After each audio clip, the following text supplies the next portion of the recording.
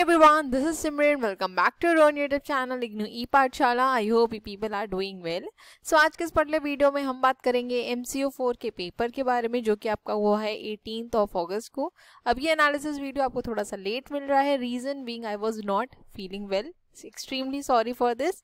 But आज हम discuss कर लेते हैं कि आपका पेपर कैसा रहा, क्या पेपर का डिफिकल्टी लेवल था और कौन से क्वेश्चंस यहाँ पर इजीली अटेम्प्ट करने लायक थे. तो वीडियो को एंड तक जरूर देखिएगा और अगर अभी तक चैनल को सब्सक्राइब नहीं किया है तो चैनल को सब्सक्राइब कर लीजिए. बेल आइकन को भी जरूर प्रेस कर दीजिएगा ताकि मैं जब भी वीडियोस का अपलोड करूँ उसका नोटिफिकेशन आपके पास जरूर जाए. तो चलिए बिना किसी देर के अपने सेशन को स्टार्ट करते हैं और चलते हैं अपने पेपर की तरफ. लेकिन यहाँ पर मैं एक चीज़ ज़रूर मेंशन करना चाहूँगी जो कि मैंने ऑलरेडी अपने वीडियोस में मेंशन भी करी थी, कि जो भी स्टूडेंट्स मुझसे रिपीटेडली पूछ रहे हैं कि मैम पेपर आप प्रोवाइड कर दीजिए जो अभी हो रहे हैं, तो मैं आपको बिल्कुल प्रोवाइड कर दूंगी. एक कंसोलिडेटेड PDF प्रोवाइड कर दूंगी फर्स्ट ईयर सेकेंड ईयर दोनों के लिए, जिसमें आपके सारे पेपर्स होंगे from MCO1 to MCO7 and from IBO1 to IBO6. ठीक है, तो थोड़ा सा पेशेंस रखिए.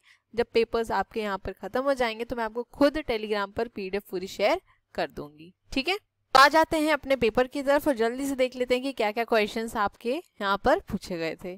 ठीक है, तो सबसे पहला क्वेश्चन आपसे पूछा गया था यहाँ पर, explain the concept of social responsibility of business, describe it's prawns and cons for the business in India. तो सोशल रिस्पॉन्सिबिलिटी से आपका क्वेश्चन पूछा गया. तो सोशल रिस्पॉन्सिबिलिटी से क्वेश्चन मैंने आपको अपनी PDF में प्रोवाइड भी किया हुआ था. ठीक है, अब यहाँ पर जो इसके प्रॉन्स एंड कॉन्स पूछे गए, आई होप आप सब ये पढ़ के गए होंगे, क्योंकि ये बहुत ही बेसिक चीज़ है कि अगर आप किसी कॉन्सेप्ट के बारे में पढ़ रहे हैं तो आपको उसके प्रॉन्स एंड कॉन्स के बारे में पता होना चाहिए. ठीक है, तो यहाँ पर आपसे जो क्वेश्चन है वो सिंपल स्ट्रेट फॉरवर्ड पूछा गया था. नेक्स्ट क्वेश्चन यहाँ पे आपसे पूछा गया, what is meant by monetary policy, describe various instruments of monetary policy in India. तो मॉनेटरी पॉलिसी पर भी मैंने आपको अपनी PDF में क्वेश्चन प्रोवाइड किया हुआ था. मॉनेटरी पॉलिसी आपकी वैसे भी इंपॉर्टेंट टॉपिक रहता ही है. ठीक है, और अगर बिजनेस एनवायरनमेंट की बात करूं तो ये आपको पेपर थोड़ा सा लेंदी भी लगा हो, क्योंकि इसमें आपको लिखना बहुत ज़्यादा पड़ता है. ठीक है, सो आई होप आपने ये क्वेश्चन बहुत ही ईजिली एग्जामिनेशन में अटेम्प्ट कर लिए होंगे. चलते हैं नेक्स्ट क्वेश्चन की तरफ.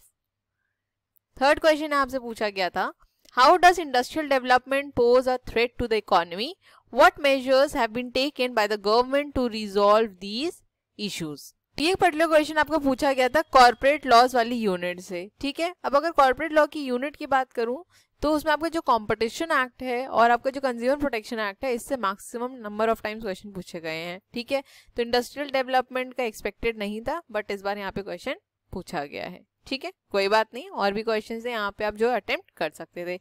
नेक्स्ट क्वेश्चन की बात करें, why is foreign capital important for India's economic development, point out important policy changes announced by the government to attract foreign capital since July 1991. तो एग्जैक्टली सेम क्वेश्चन मैंने आपको PDF में provide किया, चाहे तो आप PDF देख लीजिएगा. Exactly same question, same to same wordings का मैंने आपको प्रोवाइड किया था. सो आई होप ये क्वेश्चन आपने अटेम्प्ट कर लिया होगा. अब नेक्स्ट क्वेश्चन है हमारा, what do you mean by environment of business, discuss the social culture variables which impact business environment. तो ये क्वेश्चन भी मैंने आपको PDF में प्रोवाइड किया और सबसे पहला ही क्वेश्चन मैंने आपको सोशियो कल्चरल एनवायरनमेंट का प्रोवाइड किया था, अगर आपने PDF को ध्यान से देखा हो. ठीक है, सो आई होप ये क्वेश्चन भी आपने एग्जाम में इजीली अटेम्प्ट कर लिया होगा. बढ़ते हैं नेक्स्ट क्वेश्चन की तरफ. नेक्स्ट है हमारा क्वेश्चन नंबर 6. तो अब यहाँ पे आपको क्वेश्चन नंबर 6 दो पार्ट में दिया हुआ है. फर्स्ट पार्ट कह रहा है, give arguments for and against promoting small business in the present state of India's economic development. And part भी कह रहा है, how far is the present economic environment of the country conducive to the growth of small scale industries. तो ये पूरा question आपका small scale industries topic से ही पूछा गया है. ठीक है, तो आई होप ये क्वेश्चन आपने अटेम्प्ट यहाँ पर कर लिया हो, क्योंकि स्मॉल स्केल इंडस्ट्रीज से ही मैंने आपको एक क्वेश्चन PDF में प्रोवाइड किया हुआ था. नेक्स्ट क्वेश्चन है हमारा यहाँ पे question number 7. What are the important laws relating to functioning of capital markets in India? Explain with special reference to Securities and Exchange Board of India Act of 1992. Next question है हमारा question number 8. What do you mean by privatization? Why is privatization advocated these days? Indicate the possible areas of privatization in India. तो ये question भी आपका easy था, easily attempt किया जा सकता था. ठीक है, लास्ट क्वेश्चन है यहाँ पर आपका शॉर्ट नोट्स पूछे गए थे. कोई 2 ही शॉर्ट नोट्स यहाँ पर आपको अटेम्प्ट करने थे, तो आप FEMA भी अटेम्प्ट कर सकते थे, that is foreign exchange management act. ठीक है। ग्लोबलाइजेशन काफ़ी इजी था क्योंकि ग्लोबलाइजेशन आप शुरू से पढ़ते आ रहे हैं, तो इसको आप इजीली लिख सकते थे। और मैंने आपको बताया जो कंज्यूमर प्रोटेक्शन एक्ट है वो ज़्यादा पूछा जाता है और यहाँ पर भी आपसे पूछा गया, लेकिन शॉर्ट नोट्स में पूछा गया। नेक्स्ट अगर मैं बात करूँ ट्रेड पॉलिसी रिफॉर्म ऑफ 1991, तो ये क्वेश्चन मैंने आपको लॉन्ग में प्रोवाइड किया हुआ था 20 मार्क्स में। तो अगर आपने 20 मार्क्स के लिए globalisation and trade policy reforms in 1991 को अगर प्रिपेयर किया था, तो यहाँ पर आपने शॉर्ट नोट्स में इसको ईजिली लिख लिया होगा। इन ऑल अगर देखा जाए पेपर की डिफिकल्टी लेवल की बात करी जाए, तो पेपर आपका यहाँ पे ये मॉडरेट था, ठीक है। बहुत ज़्यादा इजी भी नहीं कहेंगे, बहुत ज़्यादा डिफिकल्ट भी नहीं कहेंगे, क्योंकि क्वेश्चंस ठीक ठीक पूछे गए थे।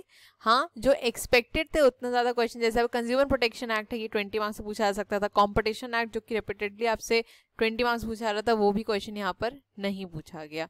अब बात कर लें कि PDF से कौन से क्वेश्चन आए थे और यहाँ पे कौन से क्वेश्चन आप अटेम्प्ट कर सकते थे, तो इसके लिए तो मैंने आपको बता दिया कि क्वेश्चन नंबर 9 में आप globalisation and trade policy reforms को आराम से अटेम्प्ट कर सकते थे, ठीक है। एक क्वेश्चन यहाँ से आप अटेम्प्ट कर सकते थे। दूसरा अगर मैं बात करूँ तो क्वेश्चन नंबर 6 भी इजीली अटेम्प्ट किया जा सकता था, ठीक है। थर्ड बात करूँ तो क्वेश्चन नंबर 5 भी आप अटेम्प्ट कर सकते थे, क्योंकि ये एग्जैक्टली क्वेश्चन मैंने आपको प्रोवाइड किया हुआ है, ठीक। नेक्स्ट बात करें तो क्वेश्चन नंबर 4 भी यहाँ पर आप अटेम्प्ट कर सकते थे, ये क्वेश्चन भी एग्जैक्टली मैंने आपको प्रोवाइड किया हुआ था, ठीक है। और नेक्स्ट यहाँ पे बात करें तो सोशल रिस्पॉन्सिबिलिटी ऑफ बिजनेस या फिर मॉनेटरी पॉलिसी, दोनों में से कोई एक क्वेश्चन आप आराम से अटेम्प्ट कर सकते थे, तो आपके 5 क्वेश्चंस यहाँ पे इजीली अटेम्प्ट हो जाते, ठीक है।